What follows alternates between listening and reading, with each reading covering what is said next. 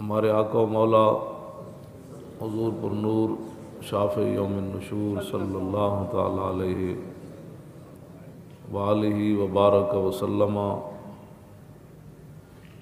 کی عزت اور شان، حضور کا مرتبہ اور مقام، بس اعلیٰ حضرت بریلوی نے ہاتھ جوڑ کر ایسے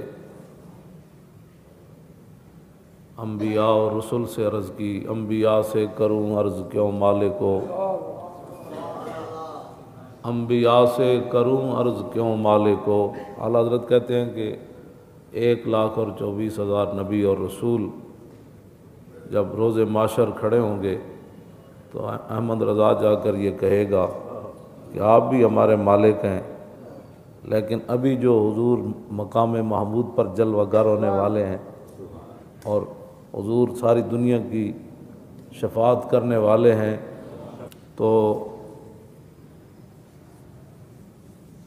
اعلیٰ حضرت بریلوی کہتے ہیں کہ قیامت والے دن جب سب انبیاء اور رسول جلوہ گر ہوں گے تو ہاتھ باندھ کے میں عرض کروں گا، انبیاء سے کروں عرض کیوں مالکو، کہ جی آپ بھی ہمارے مالک ہیں، لیکن ایک بات آج آپ بھی فرما دیں کہ جو ابھی نبی تشریف لانے والے ہیں، اے خاک افتاد و بس ان کے آنے ہی کی دیر ہے،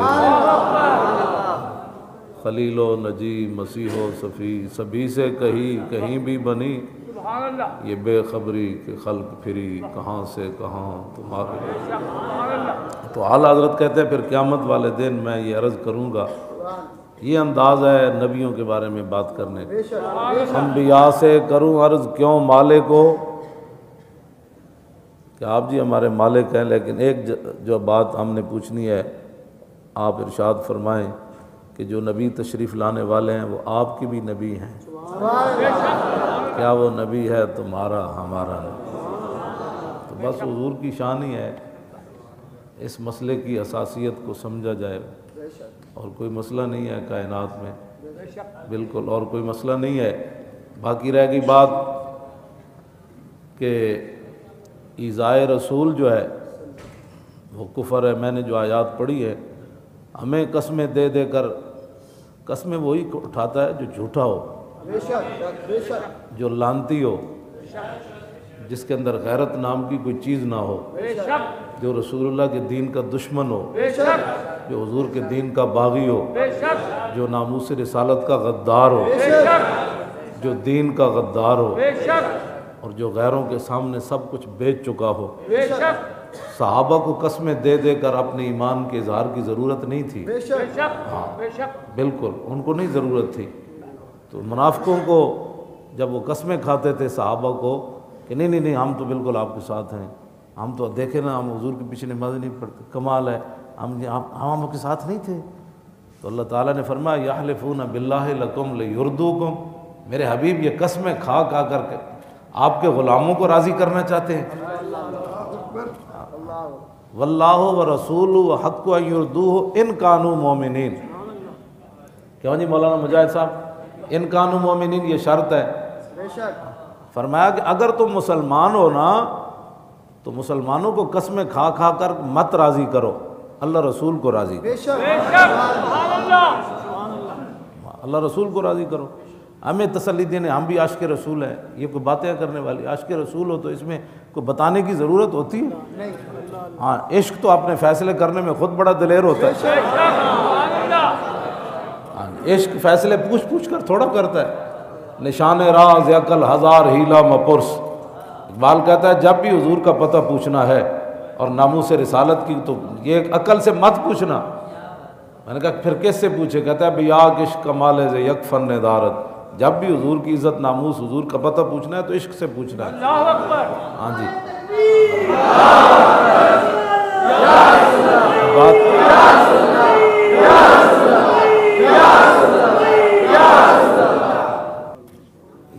یہ نعرے ہی ہے۔ تسی جڑیاں گھر تسبیحاں چھکیاں انہوں نے کوئی نہیں ہلیا، ہاں تے نہ تہاڑیاں نہ سنجیدگیاں نال کوئی ہلیا، ہاں انہاں نعرے نال ہی ساری اے نعرے جڑے نے بڑی دور تک کفر نو علاج ہے، اے منافقاں نو بھی علاج ہے۔ سارے پریشان ہو گئے، یہ کیا بن گیا، یہ کیا لبیک شروع ہو گئی۔ اور پورے عالم اسلام جو ہے وہ اس نعرے کی وجہ سے کھڑا ہو چکا ہے. اور توجہ بات سے ہاں تو نعرہ تو لگنا ہے. گلاں تو میں بڑیاں کر چکیا ہوں, اب عمل کا وقت ہے. ہاں عمل کا وقت ہے. تو اس مسئلے کی حساسیت کو سمجھا جائے. اگر کوئی ہمیں نیا دین سمجھانا چاہتا ہے تو میں موجود ہوں. جس جگہ کوئی لے جانا چاہتا ہے نہیں تو پھر یہ سارے علماء مشائخ یہ پیر زادے مفتیان ہمارے ساتھ کھڑے ہیں, کسی پلیٹ فارم پر لے آئیں, ہم ٹرکوں کے ٹرک کتابوں کے لے جائیں گے. تم بھی اپنے ہواری بلا لو سارے, ایک میچ ساڑا کرا دو.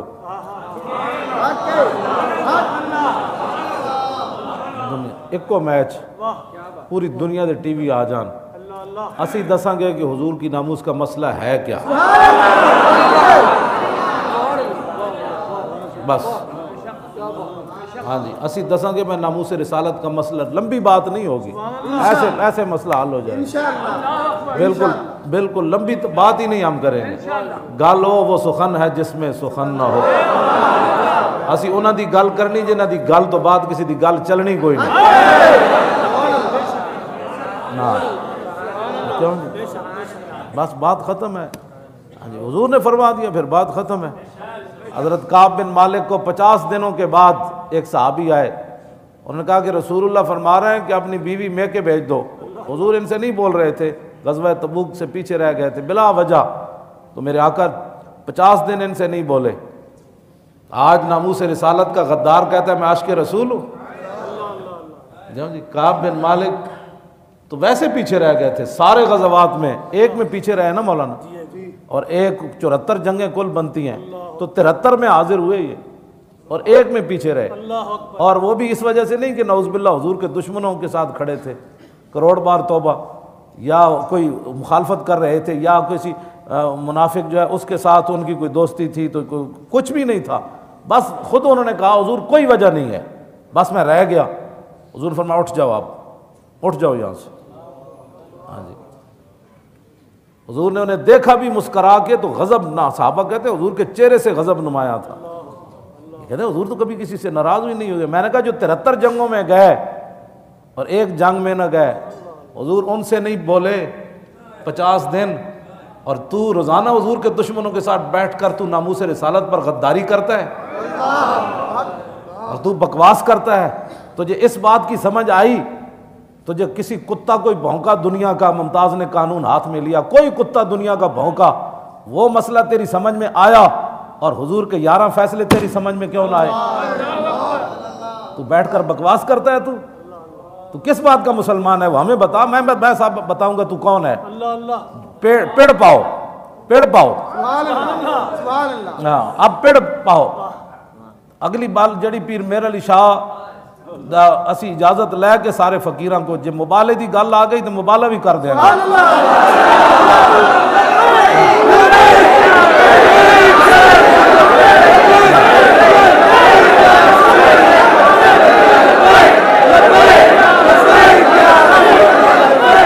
مسئلہ نہیں سمجھ آتا پھر سمجھو.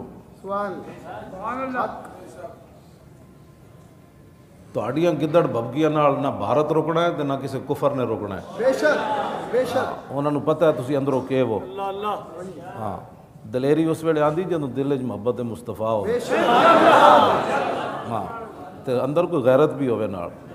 ہاں جی وہ اس واسطے اج انڈیا دا وہ جڑا جرنل ہے وہ جڑی دھمکیاں لا رہا ہے نا بھی اسی اندر وڑ کے تے پاکستان تے حملہ کر سکتے ہیں. مسئلے نوں کچھ سمجھو. ہاں اندر وڑ کے تو نہیں آ سکتا. انہوں پتہ ہے جی انہوں پتہ ہوئے نا یہ شہاب الدین محمد غوری دے جانشین ہیں. اے محمود غزنوی دے اے منن والے ہیں. انہوں پتہ ہے محمود غزنوی دے گھوڑے نہ تیری ماواں دا اندر ڈھے پے سی. ہاں ہاں اے مودی دی ماں دادیاں نانیاں دا اندر ڈھے پوندا سی جدوں محمود غزنوی دے خالی گھوڑے دیاں ٹاپاں جاندیاں سن غزنوی آ رہا ہے. ہاں سمجھ آئی نا. ہاں تو سانو پاکستان دے اندر کی بننا ہے؟ تیریاں نانیاں دادیاں دا تک محمود غزنوی دے گھوڑیاں دے ٹاپا نہ اندر ڈھے پوندا سی تے ایک گل اسی کر سکتے ہیں جیڑے کہندے ہیں اپنی مودی نو اپنی رشتہ اپنی جناب نواسیاں دیاں شادیاں تے بلا او غزنوی دی گل نہیں کر سکدا ہاں ہاں تے او سانو اے وی نہ دسے بھئی وہ پاکستانی ہے ہاں اسی تے اودے نال زیادہ وڈے پاکستانی ہیں تے زیادہ وڈے مسلمان ہیں ہاں سمجھ آئی نا بات؟ کہتا ہے ضرب قلم کی ضرورت ہے اب فوج کو سوچنا چاہیے کہ نواز شریف کس کی بولی بول رہا ہے ہاں جس وقت پوری دنیا کے خطرات پاکستان پر منڈرا رہے ہیں اس وقت قلم کی ضرورت نہیں ہے، اس وقت ضرب غزنوی کی ضرورت ہے ہاں ہاں جی ہاں نہیں تو سانو بلاوا سی دسی کدی بولی بولتا ہے ہاں جی ہاں ایک ضرب قلم کی ضرورت پاکستان کو اس وقت نہیں ہے، ضرب شہاب الدین غوری کی ضرورت ہے ہاں جی، ضرب صلاح الدین ایوبی کی ضرورت ہے ہاں، ضرب یوسف بن تاشفین کی ضرورت ہے ہاں، ضرب محمد بن قاسم کی ضرورت ہے، ضرب طارق بن زیاد کی ضرورت ہے، کیوں جی ضرب خالد بن ولید کی ضرورت ہے۔ یہ منافقت نہیں چل سکتی۔ تم کتنی دنیا کو ہم جانتے ہیں جتنا تم قلم سے محبت کرتے ہو، ہریسے کھانے والا اور دہی کے ابھی تک جو پورے کنڈے کھانے والے کو کیا پتا ہے کہ قلم کیسے اٹھائے جاتے ہیں؟ وہ بھی امام احمد رضا نے اٹھا کر بتایا قلم ایسے اٹھایا جاتا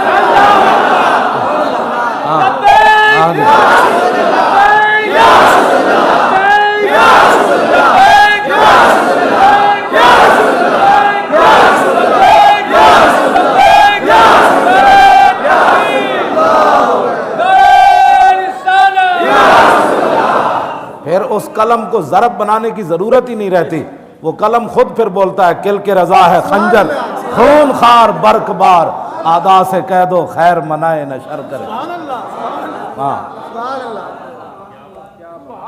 تو اس واسطے ہماری بات کو سمجھو، اس مسئلے کی حساسیت کو سمجھو، نہیں سمجھ تو پھر سمجھنے کی کوشش کرو، ورنہ دنیا کے کوئی سکالر لے آؤ جو تمہارے خریدے ہوئے ہیں۔ میں نے یہ کتاب اس لیے رکھی ہے، میرے پاس باتیں تو بہت ہیں، یہ میری کتاب نہیں ہے، یہ جنرل شاہد عزیز کی کتاب ہے۔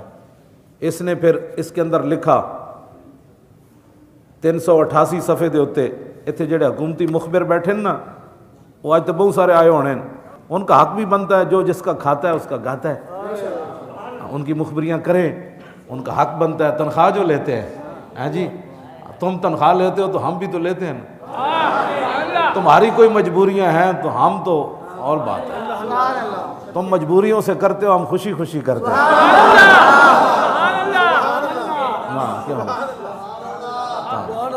ہاں جی بس یہ تو فیصلے صرف آنکھ بند ہونے کی دیر ہے، دنیا میں بھی ہو جائیں گے لیکن آنکھ بند ہونے کی بھی دیر ہے۔ جب ہر طرف اندھیرا چھا جائے گا وہ کہے گا او وہ مجبوریاں کدھر گئیں آج، اور پھر ہماری جو خوشیاں ہیں کیوں جی ہاں جی لحد میں عشق رخ شاہ کا داغ لے کے چلے، اندھیری رات سنی تھی چراغ لے کے چلے۔ ہاں تمہیں پتہ ہی نہیں ہے یہ مجبوریاں تمہیں کہاں لے جائیں گی۔ مجبوریاں صحابہ کی تو نہیں تھی نا، ہاں جی ان کی مجبوریاں تو نہیں تھیں، ہمارے پورے تاریخ اسلام میں مجبوریاں تو اب تمہاری بنی ہیں، نہ اللہ رسول کی تمہیں کوئی حیا ہے نہ تمہیں کوئی غیرت ہے، اور تم جب یہ تو تمہارا یہ جرم بھی قیامت تک معاف نہیں ہونے والا کہ تم نے مسجدوں کے سپیکر اتار کر، سپیکر بھی ساتھ لے جا کر، اور مولوی کو جب تم نے مجسٹریٹ کے سامنے پیش کیا تو اس نے پوچھا یہ مولوی کیا کر رہا تھا؟ کہا یہ سپیکر پر درود و سلام پڑھ رہا تھا۔ یہ سپیکر بھی حاضر ہے، یہ مجرم بھی حاضر ہے، اور پھر وہ یہود و نصارہ کا ایجنٹ کہتا ہے اچھا اس کو 25,000 روپے جرمانہ ہے۔ ہاں یہ تمہارا جرم جو ہے نا، یہی جرم قیامت تک تمہارے منہ پر کالک کہ کیا جرم کر رہا تھا؟ یہ کہتا ہے سپیکر میں درود و سلام پڑھ رہا تھا، اور مولوی بھی پیش ہے اور سپیکر بھی اتار کر تم لے گئے، تمہارا یہی جرم ناقابل معافی ہے۔ ہاں باقی جرم تو تمہارے جو ہے نا، تم کیا سمجھتے ہو کہ تم پتہ نہیں ہے کسی کو، تو مشو مغرور بر حلم خدا دیر گیرت سخت گیرت مر تو رہا۔ مولانا روم فرماتے ہیں اللہ کے حلم اور بردباری پر تو اکڑ نہیں، تو سمجھتا اس کو پتہ نہیں کہ تو درود و سلام پر پرچے کاٹے، علماء کو داڑیاں نہیں دیکھی نوچی تم نے، اور ان کے کوٹوں میں لے گئے کہ یہ مجرم ہے۔ مصطفیٰ جان رحمت پڑھ رہا تھا، تو مولانا روم فرماتے ہیں اس کے حلم اور بردباری پر تو بدماشی مت کر، جب وہ پکڑے گا تو دنیا کی کوئی طاقت تجھے بچا نہیں سکے گی، اندر سے ہی لوگ پکڑ لیں گے مشرف کی طرح، تو بچا نا ایک بار، پھر تیری نسلیں بھی کوئی نہیں آئے گی بعد میں۔ اور تو اس لیے کہ اب تو نے اسلام سے متھا لگایا، پہلے تو نے مشرف سے لگایا تھا، اب تو نے اسلام سے لگایا، اور اسلام بڑی سخت سزا دیتا ہے۔ ہاں اسلام بڑی سخت سزا دیتا ہے۔ ہاں جی، اس واسطے انسان کے بچے بنو۔ اور یہ میں اس لیے کر رہا ہوں بات کہ بہت سارے ان سے ڈالر کھانے والے اور ان سے مال کھانے والے مولوی اور پیر، جنہوں نے اپنی خانقاہیں بچائیں، اپنے مدرسے بچائے، اپنی مسجدیں ان مولویوں نے بچائیں کہ مجھے کہیں مسجد سے نہ نکال لیا جائے یا میرے خلاف کوئی پرچہ نہ ہو جائے۔ یہ جنرل شاہد عزیز کہتا ہے کہ ڈالروں کے زور پر میڈیا کا جادو جگایا گیا، مغربی طرز فکر کو ابھارا تاکہ عوام اس کی قدر کریں، اور قوم کو درپیش مسائل کے کسی پہلو پر دین کا حوالہ دینے کو جہالت کہا۔ ترقی کی راہ مغرب کی سرپرستی میں دکھائی، سیکولر سوچوں کے نئے نئے جال بنے گئے، دین کے لیے نئے نئے عالمانہ رنگ پیش کیے گئے، اس کے لیے ہر قماش کے کرائے کے مولوی لگائے گئے۔ اس نے لکھا ہے، کہتا ہے اسی کوئی تھوڑا ہے، اسی بڑے بڑے مولوی خریدے، نئے نئے مولویوں نے سوچاں دیتیاں، تم کہو اسلام امن کا درس دیتا ہے، تم کہو کہ جناب اسلام تلوار سے نہیں پھیلا اور حضور کی تلوار کی نفی کر دو تم۔ ہاں جی، کہتا ہے اسی خود خریدے بندے اگے، بہت ہر صفحہ خون دے آنسو نالے نے لکھیا، آخر چلو جاگ ہی پیا۔ لیکن افسوس یہی ہے مجھے آتا ہے کہ جب یہ سیٹوں پر ہوتے ہیں، نہ کبھی ان کو دین یاد آیا، نہ کبھی غیرت یاد آئی، نہ امت کا فکر یاد آیا۔ یہ جب ریٹائر ہوتے ہیں، فوجی ہوں، جج ہوں یا وکیل ہوں، پھر ان کو اسلام فوبیا ہو جاتا ہے، پھر اسلام کی باتیں کرنا شروع۔ جب آگے نظر آتا ہے نا آخرت کی طرف کہ اب تو کوئی پلے چیز ہی کوئی نہیں، اب تھوڑا سا کوئی اسلام کا بھی کر لو، لیکن ایسے تو اسلام نہیں نا بات بنتی، بات تو اور ہے۔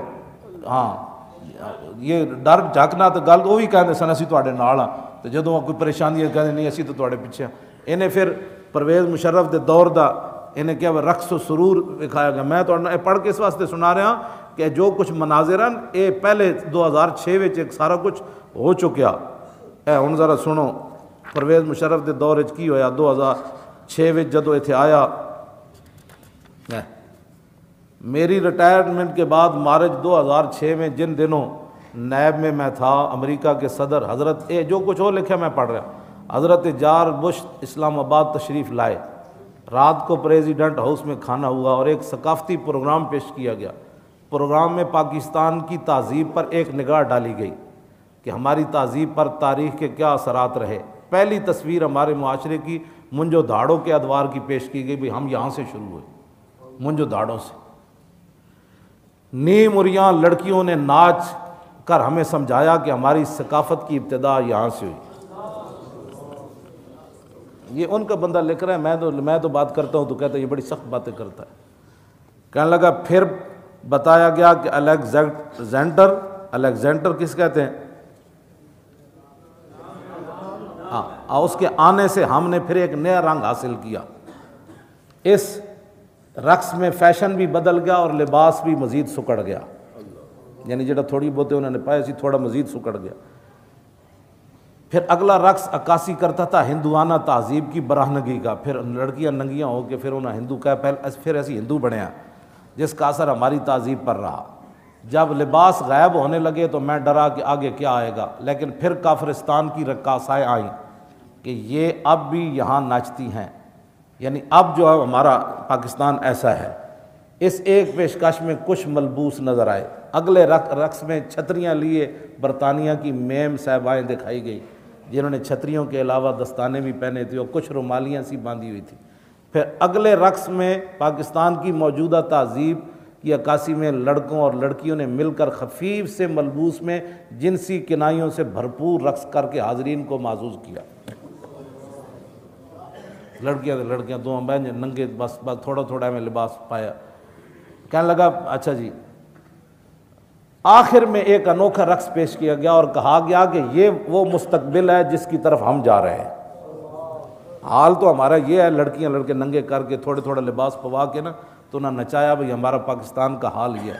کہنے لگا سٹیج پر برہنہ جانوروں کی مانند بل کھاتے لپٹتے ہوئے اپنے مستقبل کی تصویر دیکھ کر جی چاہا شرم سے ڈوب مروں۔ مگر میری حوانیت نے آنکھیں بند نہ ہونے دیں. کہنے لگا بالکل ننگیاں لڑکیاں کر کے پھر انہوں نے نچائیاں. پھر کیا کہ یہ پاکستان کا مستقبل ہے جس کی طرف ہم جا رہے ہیں. پھر آخر تے کہندا ہے بچپن میں سنا تھا کہ یہاں کبھی محمد بن قاسم بھی آیا تھا اور بہت سے بزرگان دین بھی، لیکن شاید ان کا کوئی اثر باقی نہ رہا. یہ ہے جی گھر کی گواہی.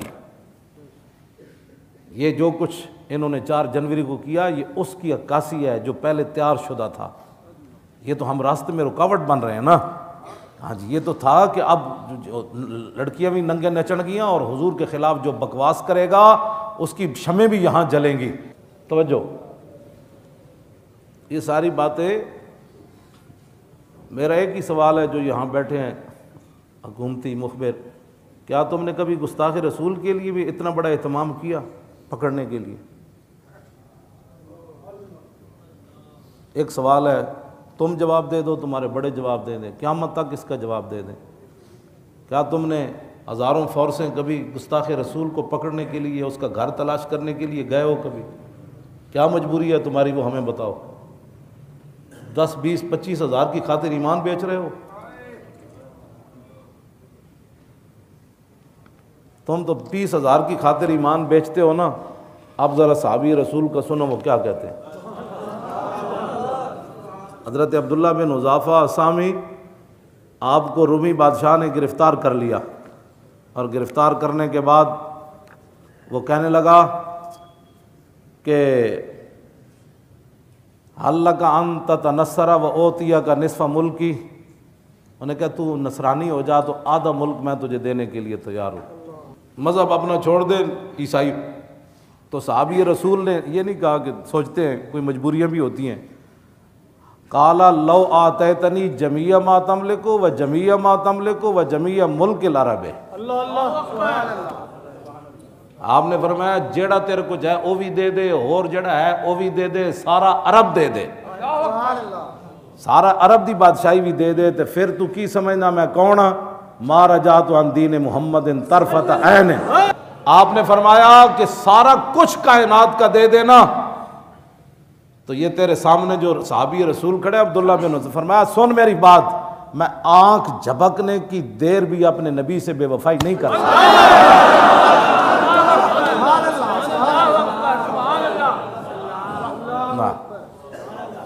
آنکھ جھپکنے کی اتنی دیر لگ دی. اس نے پھر کیا تو میں تو تمہیں قتل کر دیں گا. فرمایا کر دے، یہ تو بڑا سستا سودا ہے. انہیں جناب وہ پانی تتا کرایا، انہاں وچوں 2 صحابہ نو بلایا، ایک نو وچ اگ دے سٹ دیتا. اسی ویلے انہاں دا جسم گل گیا تتے پانی وچ، تے ہڈیاں تر کے اتنے آ گئیاں. اور پھر ان کو کہا گیا کہ بھائی اب آپ عیسائی ہو جائیں ورنہ آپ کا بھی یہ حشر ہونا ہے. آپ نے فرمایا کیا باتیں کرتے ہو، چلو جدھر لے جانا ہے. جب آپ کو لے جا رہے تھے نا پانی کی طرف، گرم پانی، تو آپ رو پڑے. فقیل للملک انہ بکا، بادشاہ کو کہا گیا یہ تو آپ رو پڑے ہیں. فظن انہ قد جزا، بادشاہ نے یہ گمان کیا یہ ڈر گئے تتے پانی کو دیکھ کر. ساری بادشاہی تو واپس کر دی، شاید اب جسم کا مسئلہ جو ہے نا ان کو پریشان کر گیا. وہ کہہ رہا ردو ہو، ان کا ان کو واپس لے آؤ. حضرت عبداللہ سے پوچھا ماں کا آقا تو رویا کیوں ہے؟ سنو ذرا، تم 2 بچے ادھر مسجد میں شیطانوں کی طرح ہلے بولنا، اور مسجد میں یہ بڑی تمہارے کارنامے ہیں اور یہ تم بڑے ہی مجبوریاں ہیں تمہاری. ہاں، اور اس میں لوگوں کو بچوں کو بھی گرفتار کرنا، ہراساں پیدا کرنا، اور جڑے اپنے گیڑا میں جو اینج ویکھ دین نا اصل منافق ہو ون. ہاں، یہ جاندے جاندے ویکھ دین کہ مولوی پکڑے جا رہے ہیں، اصل منافق وہ ہے. ہاں، جو دکانوں پر بیٹھے ہیں اصل منافق وہ ہے کہ جو ان کو پتہ ہی نہیں ہے کہ حضور کی عزت کا مسئلہ کیا ہے. کوئی بات نہیں. ہاں، ان کی تو حاضریاں لگ گئی. تیری حاضری تو کہہ حضور میرے تو دکان تو فرصت کوئی نہیں. ہاں، آج لے ان کی پناہ. ہاں، یہ تیریاں دکاناں تیریاں سب کچھ ایتھی رہ جانے. تو آج تماشے ویکھدا تو ویکھ، اسی تو تماشے لاؤن واسطے تیار جے. تو سنجیدہ رہو، تیری جان بچنی چاہیے. ہاں، جس دن جب اسرائیل تے ایک دن آنا ہے اس دن کمی ہو اب تھوڑی سی مہلت دو، میں بھی ایک جلوس میں جانا چاہتا ہوں. انہوں نے کہا نہیں پتر وہ ٹائم گزر گیا، دوبارہ مڑ کے تو کوئی نہیں آنا. کیوں رویا؟ تو سنو ذرا صحابی کے فرمان. فرمایا قلت ہی نفس واحدۃ تلک الساعۃ فتذهب فكنت اشتهي ان يكون بعدد شعر انفس تلقي في النار في اللہ. فرمایا میں رویا اس بات پر کہ ابھی ابھی ایک ہی جان ہے نکل جائے گی، چس نہیں آئی ایک چاند دین دی.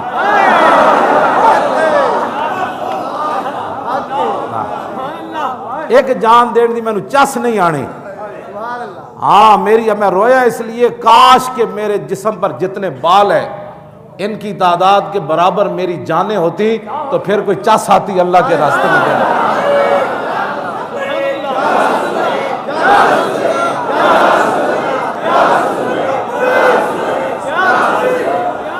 پوری دنیا کے علماء سے پوچھو، مصر کے مولویوں سے بھی پوچھ لو، گستاخ رسول کی بتیاں جلنے میں ایذائے رسول ہے کہ نہیں؟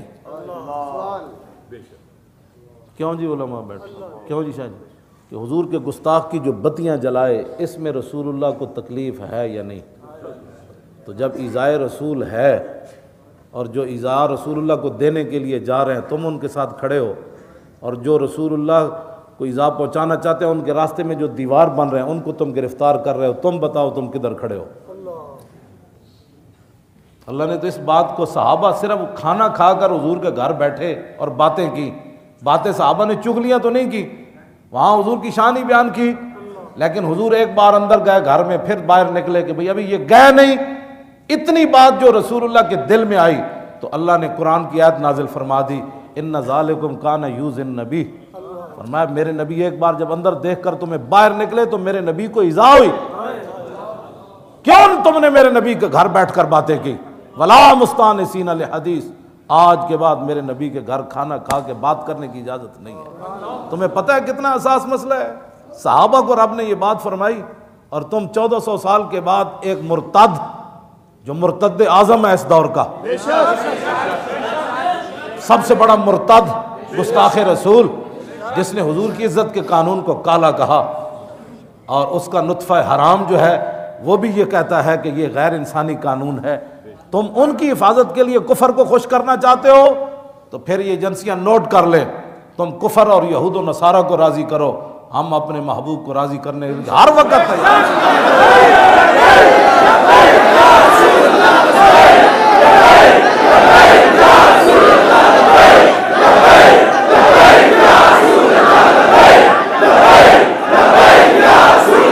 تو اسلام قربانی کا ہی نام ہے. جتنی کوئی قربانی دے گا اسلام اس کو اتنا ہی اٹھاتا چلا جائے گا. اسلام قرض تے رکھدا کوئی نہیں. ہاں جی ہاں یہ تو مالکاں دی طرفوں ہے، جڑے مالک جڑا اور کام جہدے کول لینا چاہن انہاں لینا ہے. انہاں یہ تو نہیں ویکھنا مولی خادم بھائی کی وے تے فلانا کی وے تے فلانے کول علم کتنا ہے تے اودیاں کتاباں کتنی آن تے گل تے وچ ہو رہے. اوتھے تے ایک رات دے بارے حضرت عمر یہ فرماندے ہوندے سن کاش کہ صدیق مینوں ایک رات دے دے غار والی تے عمر دیاں ساریاں نیکیاں لے لوے. اجے عمر نوں ہی نہیں پتہ سی نماز روزے حج زکات کی شے، بلکہ آپ دے دور خلافت اے جملہ تے اودے نالوں بھی بھاری ہے. کس نے آپ دے دور خلافت کیا کہ عمر صدیق نالوں افضل ہے تے آپ نے تاریخی جملہ فرمایا، حضرت عمر نے فرمایا لیلۃ ابی بکر خیر من آل عمر. فرمایا نہیں، ابو بکر کی جو ایک رات ہے نا عمر کے سارا خاندان بھی ایک طرف کھڑا ہو جائے نا پھر بھی وہ رات افضل اور اعلیٰ. اس رات صدیق اکبر نے حضور کا پہرا دیا. تو یہ رات کہاں سے جائے کہ زاہداں بہزار اربعین رسن. مولانا سے حسد کوئی نہ کرے، یا جو اب جیلوں میں رہ کے ان سے پیچھے رہ جائے پھر حسد کرے جی میں تو برابر نہیں ہو سکتا. ہاں سمجھ آئی نا بات؟ حافظ شیرازی کہتا جائے کہ زاہداں بہزار اربعین رسن مست شراب عشق بیکا امیر اسد. فرمایا لاکھوں سالوں کے بعد جہاں صوفی زاہد گوڑے اور ماتھے رگڑ کر پہنچتے ہیں نا عاشق وہاں ایک چھلانگ میں چلا جاتا ہے.